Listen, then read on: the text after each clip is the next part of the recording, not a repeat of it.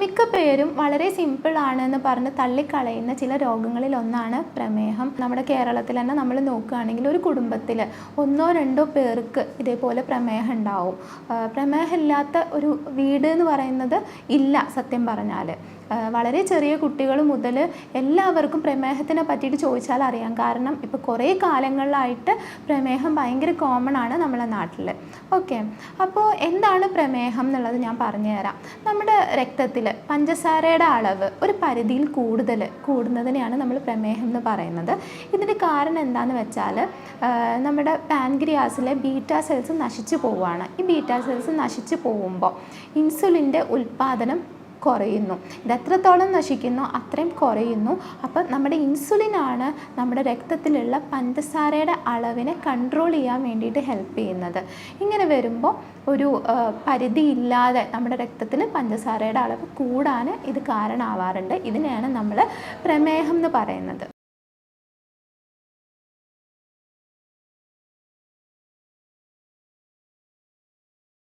ഞാൻ doctor Tinu S, senior consultant, doctor Basil സോമിയോ hospital, Pandikkad, Malappuram ജില്ല. ഇന്ന് നമുക്ക് ഒരാൾക്ക് പ്രമേഹം ഉണ്ടോ എന്നുള്ളത് എപ്പോഴൊക്കെയാണ് പോയി ടെസ്റ്റ് ചെയ്യേണ്ടത്, എന്തൊക്കെ സിംറ്റംസ് ഒരാൾക്ക് പ്രമേഹം ഉണ്ടെങ്കിൽ കാണിക്കും, അതേപോലെ ഏതൊക്കെ ആളുകളാണ് റുട്ടീനായിട്ട് എപ്പോഴും ഒന്ന് പ്രമേഹം ഉണ്ടോ എന്നുള്ളത് ചെക്ക് ചെയ്യേണ്ടത്, നമുക്ക് പ്രമേഹം ഉണ്ടെങ്കിൽ എന്തൊക്കെ ഫുഡ് നമ്മൾ കഴിക്കണം, എന്തൊക്കെ ഫുഡ് നമ്മൾ ഒഴിവാക്കണം, ഇതിൻ്റെ ബുദ്ധിമുട്ടുകൾ എന്തൊക്കെയാണ്, നമുക്ക് ഭാവിയിൽ എന്തെല്ലാം പ്രയാസങ്ങൾ, കോംപ്ലിക്കേഷൻസ് ഇത് കാരണം വരാം. പിന്നെ നമുക്ക് വീട്ടിലിരുന്നിട്ട് ഫുഡ് കൺട്രോളും അതേപോലെ എന്തെങ്കിലും ടിപ്പൊക്കെ യൂസ് ചെയ്തിട്ട് വീട്ടിലിരുന്നിട്ട് എങ്ങനെ നമുക്ക് ഈ ഷുഗറിനെ കൺട്രോൾ ചെയ്യാം, ഇതൊക്കെയാണ് ഇന്നത്തെ വീഡിയോയിൽ ഞാൻ നിങ്ങൾക്ക് വേണ്ടി പറഞ്ഞു തരാൻ പോകുന്നത്. സാധാരണ രീതിയിൽ ഒരാൾക്ക് പ്രമേഹം ഉണ്ടെങ്കിൽ ഏറ്റവും പ്രധാനപ്പെട്ട അവർ കാണിക്കുന്ന സിംറ്റംസ് എന്തൊക്കെയാണെന്നുള്ളത് ഞാൻ പറഞ്ഞുതരാം. ആദ്യമായിട്ടുള്ളത് ഭയങ്കര വിശപ്പ്, എപ്പോഴും ഫുഡ് കഴിക്കാൻ തോന്നുക, ഭക്ഷണത്തിൻ്റെ ടൈം ഒന്ന് തെറ്റാൻ പാടില്ല. അപ്പോഴേക്കും ഇവർക്ക് കയ്യും കാലും ഒരു വിറയ്ക്കുന്ന അവസ്ഥ, തല കറങ്ങുന്ന അവസ്ഥ, വിയർക്കുന്ന അവസ്ഥ, ഇങ്ങനെയൊക്കെ വരും. ഭയങ്കരമായിട്ട് വിശപ്പ്, നന്നായിട്ട് ഫുഡ് കഴിക്കാൻ തോന്നുക, എത്ര ഫുഡ് കഴിച്ചാലും മതിയാവാത്ത അവസ്ഥ, ഇത് ഒരു പ്രധാനപ്പെട്ട ലക്ഷണമാണ്. അതേപോലെ അടുത്തതെന്ന് പറയുന്നത് ശരീരഭാരം മാർക്കഡായിട്ട് കുറഞ്ഞു പോവുക. ഞാൻ പറഞ്ഞല്ലോ, നല്ല രീതിയിൽ വിശക്കും, നല്ല രീതിയിൽ ഫുഡ് കഴിക്കും, പക്ഷേ ഈ ഫുഡ് കഴിക്കുന്ന അത്രയും വേഗത്തിൽ ഇവർ തടി കുറയുകയാണ് എന്നുള്ളതാണ്. എന്നാൽ മുമ്പൊക്കെ നല്ല തടിയുള്ള ആളായിരിക്കാം, പക്ഷേ ഒരു കുറച്ച് കാലം കഴിയുമ്പോൾ ഇവർ ഈ ഒരു ഫുഡ് കഴിക്കുന്നതിനനുസരിച്ച് ഇങ്ങനെ ശോഷിച്ച് പോവുക. ഇതൊരു സാധാ രീതിയിലുള്ള തടി കുറയലല്ല, നമ്മുടെ ശരീരമൊക്കെ ഒരു പ്രായം തോന്നിക്കുന്ന അവസ്ഥയിലേക്കാണ് എത്തുന്നത്. ഇപ്പോൾ സ്കിന്നൊക്കെ ചുളിവ് വരിക, ഭയങ്കരമായിട്ട് ശോഷിച്ച് പോവുക, നമ്മുടെ രൂപത്തിന് തന്നെ വ്യത്യാസം വരിക. ഇങ്ങനെയാണ് പ്രമേഹ രോഗികൾ ശരീരഭാരം കുറയുമ്പോൾ കാണാറുള്ളത്. പിന്നെ അതേപോലെ തന്നെ ഭയങ്കര ദാഹം, എത്ര വെള്ളം കുടിച്ചാലും മതിയാവാത്ത അവസ്ഥ. ഇപ്പോൾ ഒരു സമ്മർ സീസണിലൊക്കെയാണ് സാധാരണ ഭയങ്കരമായിട്ട് ദാഹം വരിക, കാരണം നമ്മൾ ഒരുപാട് വിയർത്ത് പോകും അതുകൊണ്ട്. എന്നാൽ ഈ ഒരു മഞ്ഞുകാലത്തോ മഴക്കാലത്തോ ഇതൊന്നും നോക്കാതെ തന്നെ ഭയങ്കരമായിട്ട് ദാഹം വരിക, നന്നായിട്ട് വെള്ളം കുടിക്കേണ്ട അവസ്ഥ വരിക, ഇതും പ്രമേഹ രോഗത്തിൻ്റെ വേറൊരു ലക്ഷണമാണ്. പിന്നെ മറ്റൊന്നാണ് മൂത്രം ഒഴിക്കേണ്ട ടെൻഡൻസി.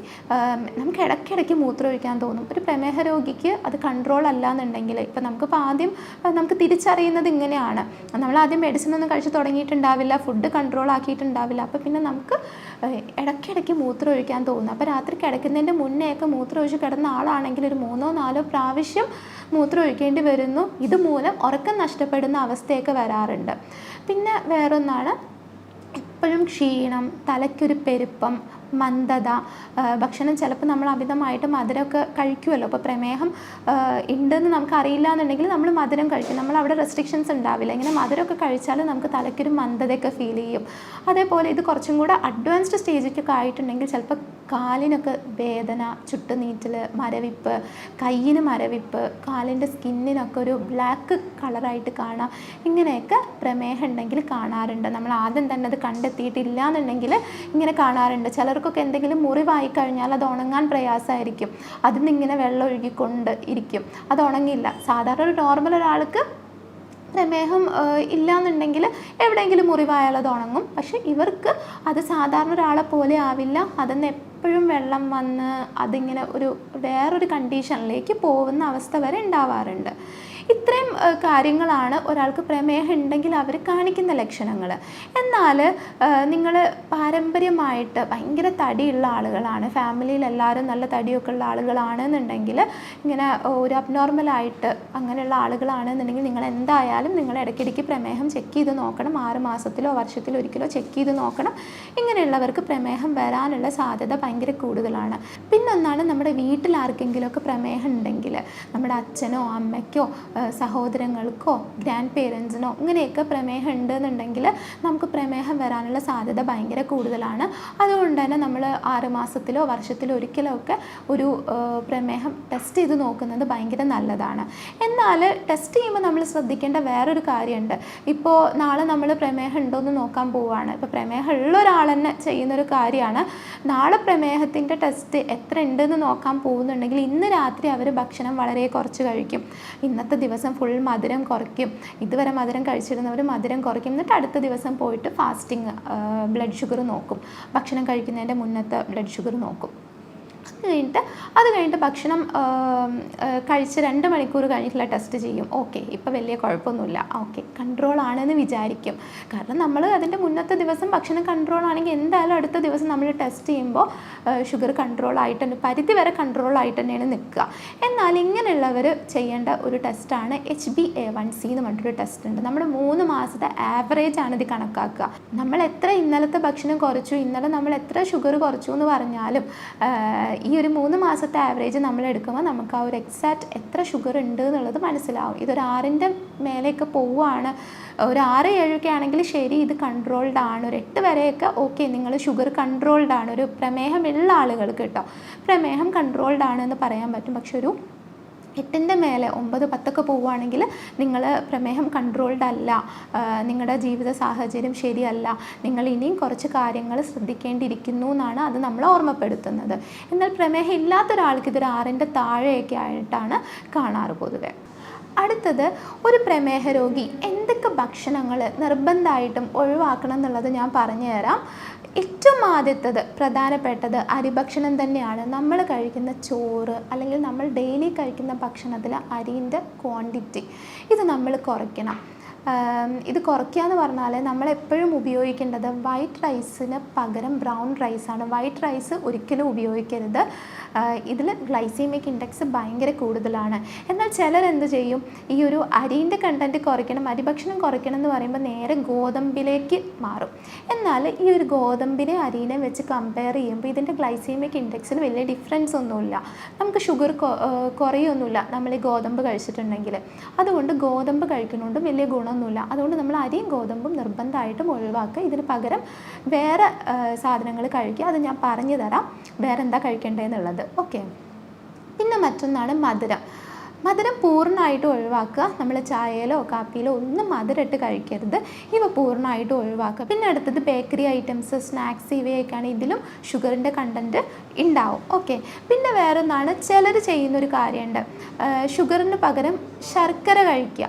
അങ്ങനത്തെ ഒരു മിസ്റ്റേക്ക് പലരും ചെയ്യാറുണ്ട്. ശർക്കരയിൽ പഞ്ചസാരയില്ല, ഷുഗറിൻ്റെ അളവ് കുറവാണ് ഇങ്ങനെയൊക്കെ വിചാരിച്ചിട്ട്. എന്നാൽ ഈ ഒരു ശർക്കര കഴിക്കുമ്പോഴും നമുക്ക് ഷുഗർ കൂടാനുള്ള സാധ്യത ഭയങ്കര കൂടുതലാണ്. അതുകൊണ്ട് പഞ്ചസാര നിർത്തിയിട്ട് ശർക്കര കഴിക്കുന്ന ശീലം അത് വേണ്ട. ശർക്കരയും പഞ്ചസാരയും നമുക്ക് ഷുഗർ കൂട്ടും. ഓക്കെ, പിന്നെ വേറൊന്നാണ് ഫ്രൂട്ട്സിൽ വരുന്ന പൈനാപ്പിൾ, ഇതിന് പലയിടത്തും കൈതച്ചക്ക എന്നൊക്കെയാണ് പറയുക. ഇവ ഷുഗർ കൂട്ടും. ഇത് പൊതുവെ പേഷ്യൻസിലൊക്കെ ഞാൻ കണ്ടിട്ടുണ്ട്, ഇവർ നല്ല രീതിയിൽ ഷുഗർ കൂടിയിട്ടുണ്ടാവും. മുമ്പൊക്കെ ചെക്ക് ചെയ്തപ്പോൾ വളരെ നോർമലിലോ അല്ലെങ്കിൽ കൺട്രോൾഡ് ആയിട്ടോ നിൽക്കുന്ന ഷുഗർ കൂടിയിട്ടുണ്ടാവും. അപ്പോൾ ഇവർ ടെസ്റ്റ് ചെയ്തപ്പോൾ നമ്മൾ ചോദിക്കും കഴിഞ്ഞ ദിവസം എന്താ കഴിച്ചത്, അപ്പോൾ ഇവർ ഫ്രൂട്ട് അല്ലേന്ന് വിചാരിച്ചിട്ട് പൈനാപ്പിൾ കഴിച്ചിട്ടുണ്ടാവും. അപ്പോൾ ഇതൊക്കെ ആയിരിക്കാം കാരണം. ഇവർ അരിഭക്ഷണമൊക്കെ നല്ല കുറവായിരിക്കും, പക്ഷേ ഇത് ഫ്രൂട്ട് അല്ലേന്ന് വിചാരിച്ചിട്ട് പൈനാപ്പിൾ കഴിച്ചിട്ടുണ്ടാവും. അപ്പോൾ ഈ ഒരു പൈനാപ്പിൾ നമുക്ക് ഷുഗർ കൂട്ടുന്ന ഒരു ഫ്രൂട്ടാണ്. പിന്നെ മറ്റൊന്നാണ് കരിച്ചതും പൊരിച്ചതുമായിട്ടുള്ള ഭക്ഷണങ്ങൾ. ഇത് അമിതമായിട്ട് കഴിക്കുന്നത് ഷുഗർ കൂടാൻ സാധ്യതയുണ്ട്. ഇപ്പം നമുക്ക് അതായത് ഇപ്പോൾ നമ്മൾ ഇപ്പോൾ ചിക്കനൊക്കെ കഴിക്കുമ്പോൾ അതിനെ കറി വെച്ച് കഴിക്കുക, ഒരിക്കലും ഇതിനെ കരിച്ചിട്ടോ പൊരിച്ചിട്ടോ ഒന്നും കഴിക്കരുത്. മീനൊക്കെ ആണെങ്കിലും നമുക്ക് കഴിക്കാം, പക്ഷേ ഇതൊന്നും നമ്മൾ വറുത്ത് കഴിക്കരുത്. ഓക്കെ. പിന്നെ വേറൊന്നാണ് റെഡ് മീറ്റ്. ഈ റെഡ് മീറ്റ് എന്ന് പറയുമ്പോൾ ഇതിൽ വരുന്നതാണ് പോർക്ക്, ബീഫ്, അതേപോലെ തന്നെ മട്ടൻ. ഇവയൊക്കെ നമ്മൾ ഒരു പരിധി വരെ കൺട്രോൾ ചെയ്യുന്നത് നല്ലതാണ്, ഇങ്ങനെ പ്രമേഹം ഉള്ളവർ. അതേപോലെ തന്നെ ഈ ഒരു പ്രമേഹത്തിൻ്റെ പാരമ്പര്യം ഉള്ളവരും ഇതൊക്കെ ഒന്ന് കൺട്രോൾ ചെയ്യുന്നത് നല്ലതാണ്. അപ്പോൾ ഇത്രയും ഭക്ഷണങ്ങളാണ് നമുക്ക് പ്രമേഹം ഉണ്ടെങ്കിൽ ഒരാൾ കഴിക്കരുത് അല്ലെങ്കിൽ കൺട്രോളിലാവണം എന്ന് പറയുന്നത്.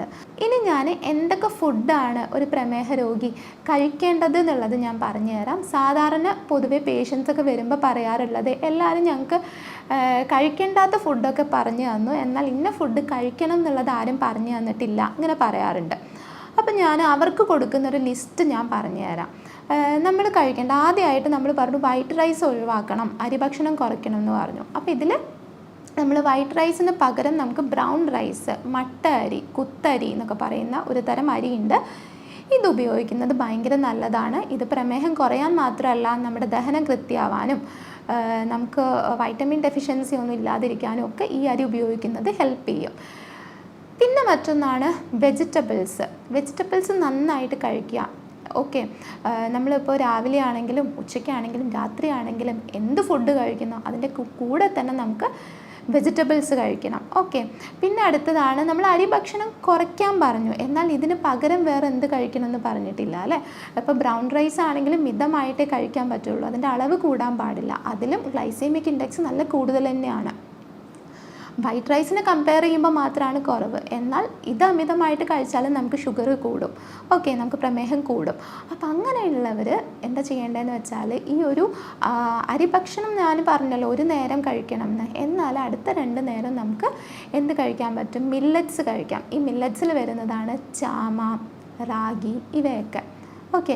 അപ്പോൾ പലരും ചോദിക്കും ഈ ചാമയും കൊണ്ടും റാഗിയും കൊണ്ടൊക്കെ നമുക്ക് എന്താ ഉണ്ടാക്കാൻ പറ്റും? റാഗിയും കൊണ്ട് നമുക്ക് കുറുക്കി കഴിക്കാനല്ലേ പറ്റുള്ളൂ, അല്ലെങ്കിൽ ചാമയാണെങ്കിൽ നമുക്ക് കഞ്ഞി വെക്കാനല്ലേ പറ്റുള്ളൂ എന്ന് ചോദിക്കും. എന്നെങ്ങനെയുള്ളവർക്ക് ഞാൻ പറഞ്ഞു തരാം, ഇവയെ നമുക്ക് വേറെ പല രീതിയിലും ഉപയോഗിക്കാൻ പറ്റും. നമുക്ക് എല്ലാവർക്കും ഇഷ്ടം രാവിലെ ഇഡ്ഡലിയും ദോശ, പുട്ട് ഇങ്ങനെയുള്ള സാധനങ്ങളൊക്കെ കഴിക്കാനായിരിക്കും അല്ലേ. ഇതൊക്കെ കഴിച്ചാലേ നമുക്ക് വയറ് നിറയുള്ളൂ അല്ലേ. ഉച്ചവരെ നമുക്ക് വയറ് നിറഞ്ഞിരിക്കണം, അതിനുവേണ്ടി ഇങ്ങനെ ചെയ്യണം അല്ലേ.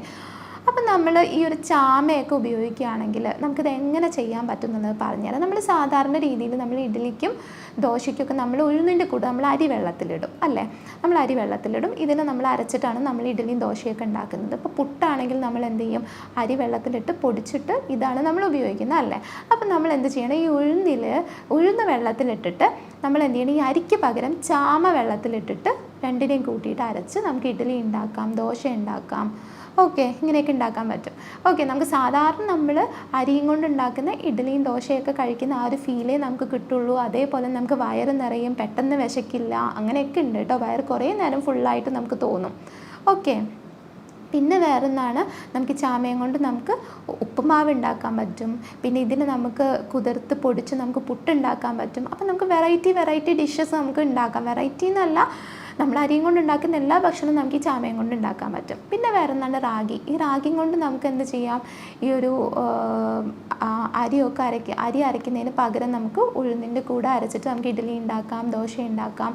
പിന്നെ ഈ റാഗിയും കൊണ്ട് നമുക്ക് ചപ്പാത്തി പോലെ നമുക്ക് ഉണ്ടാക്കാം, പുട്ട് പോലെ ഉണ്ടാക്കാം, അപ്പം പോലെ നമുക്ക് ഈ റാഗീനെയും പിന്നെ അതേപോലെ ചാമേനെ നമുക്ക് ഒരുമിച്ച് അരച്ചിട്ട് അപ്പം പോലെ ഉണ്ടാക്കാം. ഇതൊക്കെ വളരെ ടേസ്റ്റി ആയിട്ടുള്ള ഫുഡ് തന്നെയാണ്. നമുക്ക് കുറേ നേരം നമുക്ക് വയറ് നിറഞ്ഞ ഫീൽ ചെയ്യും, എന്നാൽ നമുക്ക് ഷുഗർ കൂടുകയില്ല. ഗ്ലൈസേമിക് ഇൻഡെക്സ് വളരെ കുറഞ്ഞ ലെവലിലെ ഈ ഒരു ഭക്ഷണത്തിലൊക്കെ ഉള്ളൂ. അപ്പം നമുക്ക് ഒരു നേരം മാത്രം ഇങ്ങനെ ആക്കിയിട്ട്, അതായത് ഒരു നേരം മാത്രം നമുക്ക് അരിഭക്ഷണം യൂസ് ചെയ്തിട്ട് ബാക്കി 2 നേരം നമുക്ക് ഈ ചാമയും അതേപോലെ തന്നെ റാഗിയൊക്കെ യൂസ് ചെയ്യാൻ പറ്റും. പിന്നെ ഒന്നാണ് പഴവർഗ്ഗങ്ങൾ. പഴവർഗ്ഗങ്ങൾ നമുക്ക് ധാരാളമായിട്ട് കഴിക്കാൻ പറ്റും. അതായത് ഇപ്പോൾ ഒരു 3 മണിക്ക് നമുക്ക് വിശക്കുമ്പോൾ നമുക്കത് ഒരു നേരം നമുക്ക് പഴവർഗ്ഗങ്ങൾ കഴിക്കാൻ പറ്റും. അത് ഭയങ്കര നല്ലതാണ്. അപ്പോൾ പലരും പറയും ചില പഴങ്ങളൊക്കെ കഴിക്കാൻ പറ്റില്ല എന്ന് പറയാറുണ്ട് എന്ന്. അപ്പം ഞാൻ പറഞ്ഞു തരാം, എൻ്റെ ഒരു എക്സ്പീരിയൻസിൽ പൊതുവെ കഴിക്കുമ്പോൾ, ഇപ്പോൾ പേഷ്യൻസൊക്കെ കഴിക്കുമ്പോൾ അവർക്ക് ഷുഗർ കൂടിയിട്ടില്ലാത്ത കുറച്ച് ഫ്രൂട്ട്സ് ഞാൻ പറഞ്ഞു തരാം. ആദ്യമായിട്ട് പേരയ്ക്കയാണ്. പേരയ്ക്ക ഭയങ്കര നല്ലതാണ്. നമുക്ക് ഷുഗർ കുറയുന്നുണ്ട്, ഷുഗർ കൺട്രോളിൽ നിൽക്കുന്നുണ്ട് ഈ പേരയ്ക്ക കഴിക്കുമ്പോൾ. പിന്നെ മറ്റൊന്നാണ് വാട്ടർ മെലണൊക്കെ നമുക്ക് കഴിക്കാം, അതൊന്നും നമുക്ക് ഷുഗർ കൂട്ടില്ല. പിന്നെ മറ്റൊന്നാണ് പച്ചമുന്തിരി കഴിക്കുമ്പോൾ ഷുഗർ കൂടുന്നില്ല. പിന്നെ ആപ്പിള്, അനാറ്, ഇവയൊക്കെ നമുക്ക് കഴിക്കാം. പക്ഷെ എങ്ങനെയെന്ന് വെച്ചാൽ നമ്മൾ ഇത് തന്നെ ഇങ്ങനെ കഴിക്കാതിരിക്കുക, നമ്മൾ ഇങ്ങനെ എപ്പോഴും ഇത് കഴിച്ചുകൊണ്ടിരിക്കുക എന്നല്ല. നമുക്കൊരു നേരം, നമുക്കൊരു സ്നാക്സൊക്കെ കഴിക്കുന്ന ടൈമിൽ നമുക്ക് കുറച്ച് ഫ്രൂട്ട്സ് നമുക്ക് കഴിക്കാം. പിന്നെ ഓറഞ്ച്, മൊസമ്പി ഇവയൊക്കെ നമുക്ക് കഴിക്കാം. പക്ഷേ ഒരിക്കലും നമ്മൾ ഇതൊന്നും ജ്യൂസ് ആക്കിയിട്ട് കുടിക്കരുത്. എപ്പോഴും നമ്മൾ ചെയ്യേണ്ടത് ഇതിനൊക്കെ പീസാക്കി സാവധാനം കടിച്ച് ചവച്ചിട്ട് തന്നെ ആസ്വദിച്ചിട്ട് തന്നെ കഴിക്കുക. ഓക്കെ. പിന്നെ വേറൊന്നാണ് വെജിറ്റബിൾസ് നന്നായിട്ട് കഴിക്കുക.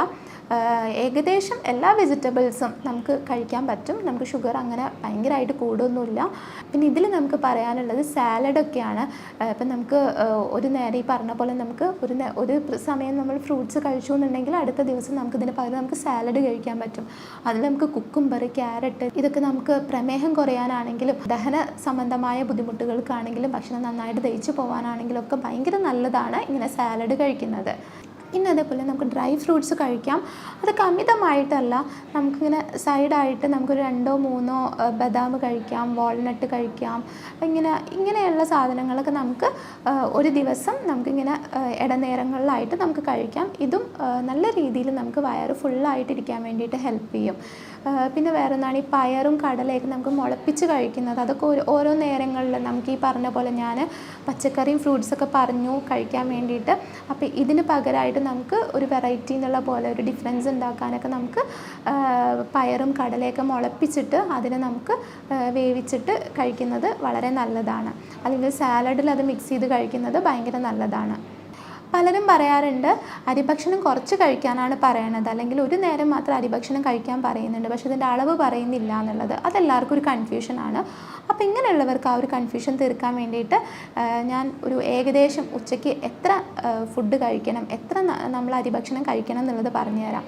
ഏകദേശം ഒരു 9 ഇഞ്ച് സൈസുള്ള ഒരു പ്ലേറ്റ് എടുക്കുകയാണെങ്കിൽ അതിന് നമ്മൾ ഹാഫ് ആക്കിയിട്ട് അതിൻ്റെ പകുതി ഭാഗം നമ്മൾ വെജിറ്റബിൾസ് ഫില്ല് ചെയ്യുക. അതിൽ നമ്മൾ എന്തെങ്കിലും ഇപ്പോൾ കറി ആയിട്ട് ഉപയോഗിക്കുന്നുണ്ടെങ്കിൽ അതിൽ നിന്നുള്ള വെജിറ്റബിൾസ് ആവാം, ഇപ്പം നമ്മൾ കടല പയറൊക്കെ വേവിച്ചിട്ടുണ്ടെങ്കിൽ അതാവാം, സാലഡ് ആവാം. ഇവയൊക്കെ നമ്മൾ ആ ഒരു ഹാഫ് പോർഷനിൽ നമ്മൾ ഫില്ല് ചെയ്യുക. ഓക്കെ. പിന്നെ ഉള്ള ഹാഫ് പോർഷൻ നമ്മൾ പിന്നെയും പകുതിയാക്കിയിട്ട് അതിൻ്റെ കാൽഭാഗത്തിൽ നമ്മൾ ചോറെടുക്കുക. ഞാൻ നേരത്തെ പറഞ്ഞ പോലെ തവിടുള്ള അരിയും കൊണ്ട് വെച്ച ചോറെടുക്കുക, അത് കാൽഭാഗം എടുക്കുക. എന്നിട്ട് ബാക്കി കാൽഭാഗത്ത് നമ്മൾ പ്രോട്ടീനാണ് എടുക്കേണ്ടത്. പ്രോട്ടീൻ എന്ന് പറയുമ്പോൾ അത് ചിക്കൻ ആവാം, മുട്ടയാവാം, പിന്നെ മീനാവാം. പക്ഷെ ഒരിക്കലും റെഡ് മീറ്റ് എടുക്കരുത്, അതായത് ബീഫ്, പോർക്ക്, മട്ടൺ ഇവ എടുക്കരുത്. ഓക്കെ. അപ്പോൾ ഇങ്ങനെയാണ് നമ്മൾ ഉച്ചയ്ക്ക് ഫുഡ് കഴിക്കേണ്ടത്. പിന്നെ ഫുഡ് കഴിക്കുമ്പോൾ ശ്രദ്ധിക്കേണ്ട വേറൊരു കാര്യമുണ്ട്. നമ്മളിപ്പോൾ ബ്രേക്ക്ഫാസ്റ്റ് കഴിക്കുമ്പോൾ നമുക്ക് വേണമെങ്കിൽ അതിന് നമ്മൾ കഴിക്കുന്ന ആ ഒരു പോർഷൻ നമുക്ക് 2 ആക്കാം. എന്നിട്ട് അതിന് 2 പ്രാവശ്യമായിട്ട് ഒരു രാവിലെ 12 മണിയുടെ 11 മണിയുടെ മുന്നേ നമുക്ക് ഒരു 2 പ്രാവശ്യമായിട്ട് നമുക്ക് കഴിക്കാം. അതേപോലെ ലഞ്ചിന് നമുക്ക് 2 പ്രാവശ്യമായിട്ട് കഴിക്കാം, ഒരു 12:30 പിന്നെ ഒരു 3:30 എന്നുള്ള സമയത്ത്. അതായത് നമ്മളെടുക്കുന്ന ആ ഒരു ക്വാണ്ടിറ്റിന് നമ്മൾ ഹാഫ് ആക്കിയിട്ട് ഇതിനെ നമുക്ക് 2 പ്രാവശ്യമായിട്ട് കഴിക്കാൻ പറ്റും. പിന്നെ അതേപോലെ തന്നെ ഡിന്നറിന് ഇതേപോലെ തന്നെ നമുക്ക് ഇങ്ങനെ 2 ആക്കാൻ പറ്റും. ഒന്ന് 6 മണിക്ക് കഴിക്കാം, പിന്നെ ഒന്ന് 8 മണിയുടെ അകത്ത് അല്ലെങ്കിൽ 7 മണിയുടെ അകത്ത് കഴിക്കാൻ പറ്റും. ഇങ്ങനെയൊക്കെ കഴിക്കുകയാണെങ്കിൽ നമുക്ക് ഇങ്ങനെ ഈ പ്രമേഹത്തിനെ കൺട്രോൾ ആക്കാൻ പറ്റും. അടുത്തത് നമുക്ക് പ്രമേഹം ഉണ്ടെങ്കിൽ നമ്മളിത് കൺട്രോൾ ചെയ്യാതെ പോകുന്നുണ്ട്, ഈ പറഞ്ഞ ഡയറ്റൊന്നും ഫോളോ ചെയ്യുന്നില്ല, അല്ലെങ്കിൽ ഇതറിയാത്തവർക്കൊക്കെ സാധാരണയായിട്ട് കാണാറുള്ള കോംപ്ലിക്കേഷൻ എന്താണെന്ന് ഞാൻ പറഞ്ഞു തരാം. പ്രധാനമായിട്ടും കാണാറുള്ളത്, ഇന്ന് വളരെ കോമൺ ആയിട്ട് കാണാറുള്ളത് ഡയബറ്റിക് ന്യൂറോപ്പതിയാണ്. ഇതെങ്ങനെയെന്ന് വെച്ചാൽ നമ്മുടെ രക്തത്തിൽ പഞ്ചസാരയുടെ അളവ് ഒരുപാട് കൂടുമ്പോൾ നമ്മുടെ ഞരമ്പുകൾക്ക് കൃത്യമായിട്ടുള്ള ബ്ലഡ് സപ്ലൈ കിട്ടില്ല. അങ്ങനെ ഈ ഞരമ്പുകൾ നശിക്കുന്ന അവസ്ഥ, ഇതിനെയാണ് നമ്മൾ ഡയബറ്റിക് ന്യൂറോപ്പതി എന്ന് പറയണത്. ഇത് സാധാരണയായിട്ട് എഫക്റ്റ് ചെയ്യുന്നത് ലോങ് ആയിട്ടുള്ള ഞരമ്പുകളെയാണ്, അതായത് നീളത്തിലുള്ള നെർവുകളെയാണ്, പ്രത്യേകിച്ചിട്ടും കാലിലുള്ള ഞരമ്പുകൾ. കുറച്ച് കഴിഞ്ഞാൽ ചിലപ്പോൾ അത് കയ്യിനെയൊക്കെ ബാധിക്കാറുണ്ട്. ഏറ്റവും കൂടുതലായിട്ടുള്ളത് കാലിലെ ഞരമ്പുകളെയാണ് ബാധിക്കാറ്. ഇതിനെ നമ്മൾ പെരിഫറൽ ന്യൂറോപ്പതി എന്നൊക്കെയാണ് പറയുക. ഇങ്ങനെയൊക്കെ ഉണ്ടെങ്കിൽ ഒരു ഡയബറ്റിക് ന്യൂറോപ്പതി ഉണ്ടെന്നുണ്ടെങ്കിൽ നമ്മുടെ ശരീരം എന്തൊക്കെ ലക്ഷണങ്ങൾ കാണിക്കും, ഒരാൾ എന്തൊക്കെ ലക്ഷണങ്ങൾ കാണിക്കും, എന്തൊക്കെ നിങ്ങൾക്ക് അനുഭവപ്പെടും, അത് ഞാൻ പറഞ്ഞു തരാം. ഏറ്റവും പ്രധാനപ്പെട്ടതാണ് ഉള്ളം കാലിലുള്ള പുകച്ചിലും നീറ്റലും ചുട്ടുനീറ്റലും ഒക്കെ. ഓക്കെ, അതായത് കാല് ഇങ്ങനെ പുകയുന്നൊരു ഫീല്, ഭയങ്കര ചൂട് ഫീൽ ചെയ്യും. നമുക്ക് അന്തരീക്ഷമൊക്കെ തണുപ്പാണെങ്കിൽ പോലും നമുക്ക് ഭയങ്കര ചൂട് ഫീൽ ചെയ്യും. ഇങ്ങനെയുള്ള പേഷ്യൻസിന് ഈ കണ്ടീഷൻസ് കൂടുതലാവുക സമ്മർ സീസണിലാണ്. ഓക്കെ, അവർക്ക് ആ ഒരു ചൂടും സഹിക്കാൻ പറ്റില്ല, ഇതും സഹിക്കാൻ പറ്റില്ല, ആ ഒരു അവസ്ഥയ്ക്ക് അവരെത്തും. പിന്നെ മറ്റൊന്നാണ് കാലിൽ മുള്ളുകൊണ്ട് കുത്തുന്ന പോലത്തെ വേദന, ഭയങ്കര കുത്തുന്ന പോലത്തെ വേദന. അതേപോലെ കാലിലെ സ്കിന്നിൻ്റെ കളറൊക്കെ ബ്ലാക്ക് കളറാവുക. ഓക്കെ, ഇതൊക്കെ ഇവരുടെ ലക്ഷണങ്ങളാണ്. പിന്നെ ചിലർക്കൊക്കെ ഈ ഒരു കാലിൻ്റെ ഒരു രൂപത്തിന് തന്നെ മാറ്റം വരാറുണ്ട് ഇത് കാരണം. ഓക്കെ, ഒരു ഷേപ്പിന് വ്യത്യാസം, ഇപ്പോൾ 2 കാലിനെയും വെച്ച് കമ്പയർ ചെയ്യുമ്പോൾ ഷേപ്പിന് വ്യത്യാസം ഇങ്ങനെയൊക്കെ വരാറുണ്ട്. ഇത് ഏതെങ്കിലും ഒരു കാലിനെ അല്ലെങ്കിൽ 2 കാലിനെ ഇങ്ങനെയൊക്കെ ബാധിക്കും. ഓക്കെ, പിന്നെ വേറൊന്നാണ് മരവിപ്പ്. നമുക്ക് ഒരു സെൻസേഷൻ ഇല്ലാത്ത അവസ്ഥ, നമ്മൾ കാലിൽ തൊട്ടാലൊന്നും അവർക്ക് അറിയില്ല. ഓക്കെ, വേദന അറിയില്ല. അപ്പോൾ അതുകൊണ്ട് തന്നെ ഇവർ നടക്കുമ്പോഴൊക്കെ ഇവർക്ക് ഒരു എവിടെന്നെങ്കിലും ഒരു മുറിവായാൽ തന്നെ അത് അവർക്ക് അറിയില്ല. അവരത് പിന്നെ ബ്ലീഡ് ചെയ്യുമ്പോഴോ അല്ലെങ്കിൽ ഇത് ഒരു പ്രത്യേക സ്റ്റേജിലേക്ക് എത്തി പസ്സൊക്കെ ഒരുപാട് വന്ന് പഴുപ്പൊക്കെ പുറത്തേക്ക് വരുമ്പോഴൊക്കെ ആയിരിക്കും ഇവരിത് അറിയുന്നത് ഇങ്ങനൊരു മുറിവ് പറ്റിയിട്ടുണ്ട് എന്നുള്ളത്. കാരണം അതുവരെ അവർക്ക് വേദനയൊന്നും വരില്ല, അവർക്കൊരു പ്രത്യേക സാഹചര്യം വരെ അവർക്ക് വേദന വരില്ല. ഓക്കെ, പിന്നെ വേറെന്താണ്, ഇവർ നടക്കുമ്പോൾ ഇവർക്ക് സ്ലിപ്പായി പോവും. അതിൻ്റെ ഒരു കാരണം ഇതുതന്നെയാണ്.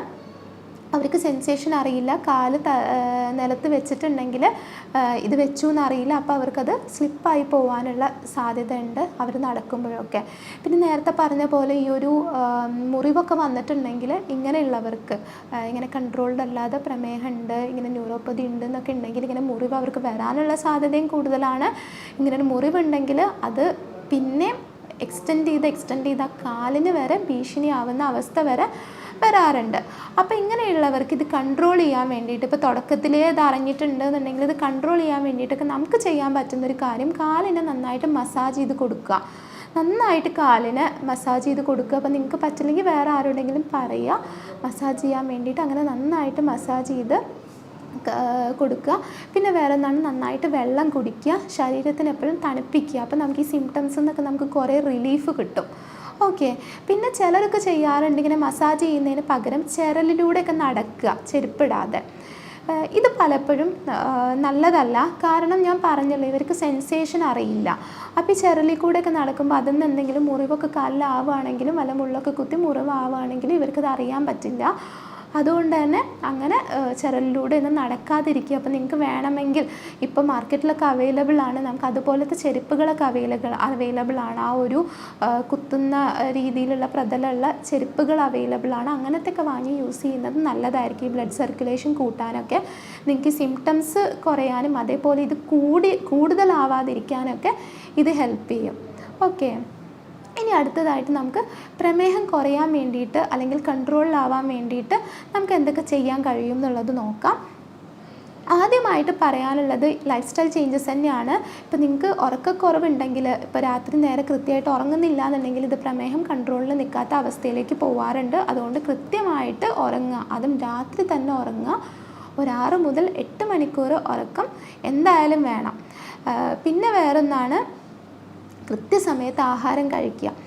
ഞാൻ നേരത്തെ പറഞ്ഞ പോലെ തന്നെ നിങ്ങൾക്ക് സ്പ്ലിറ്റ് ചെയ്തിട്ട് കഴിക്കാം. 3 നേരം ഉള്ളത് 6 നേരമാക്കി കഴിക്കാം.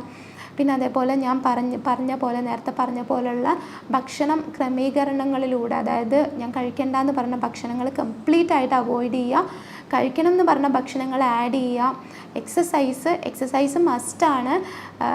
കാരണം എന്താണെന്ന് വെച്ചാൽ ഇൻസുലിൻ ഡെഫിഷ്യൻസിയാണ്, ഇൻസുലിൻ ഇല്ല. പഞ്ചസാരയൊന്നും ഉപയോഗിച്ച് തീർക്കാൻ ഇൻസുലിൻ ഇല്ല. ഓക്കെ, അതിനെ റെഡ്യൂസ് ചെയ്യാൻ ഇൻസുലിൻ ഇല്ല.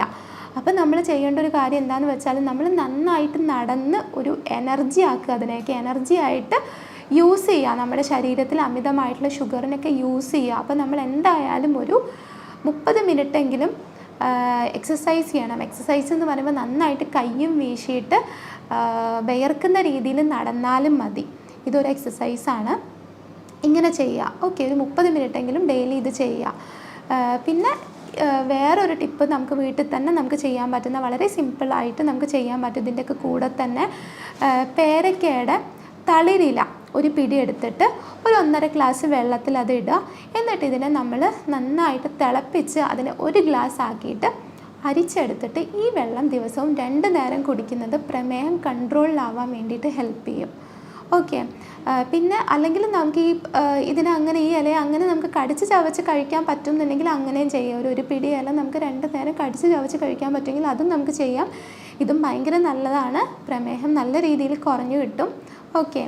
ഇത്രയും കാര്യങ്ങളൊക്കെ ചെയ്തിട്ടും പ്രമേഹം നിങ്ങൾ വിചാരിച്ച രീതിയിലുള്ള കൺട്രോളിലൊന്നും എത്തുന്നില്ല, നിങ്ങൾക്ക് ഇനിയും സംശയങ്ങളൊക്കെ ഉണ്ട് എന്നുണ്ടെങ്കിൽ ട്രീറ്റ്മെൻറ്റിന് വേണ്ടിയിട്ട് നിങ്ങൾക്ക് എന്നെ കോൺടാക്റ്റ് ചെയ്യാവുന്നതാണ്. ഞാൻ doctor Tinu S, senior consultant, doctor Basil's homeo hospital, Pandikkad, Malappuram ജില്ല.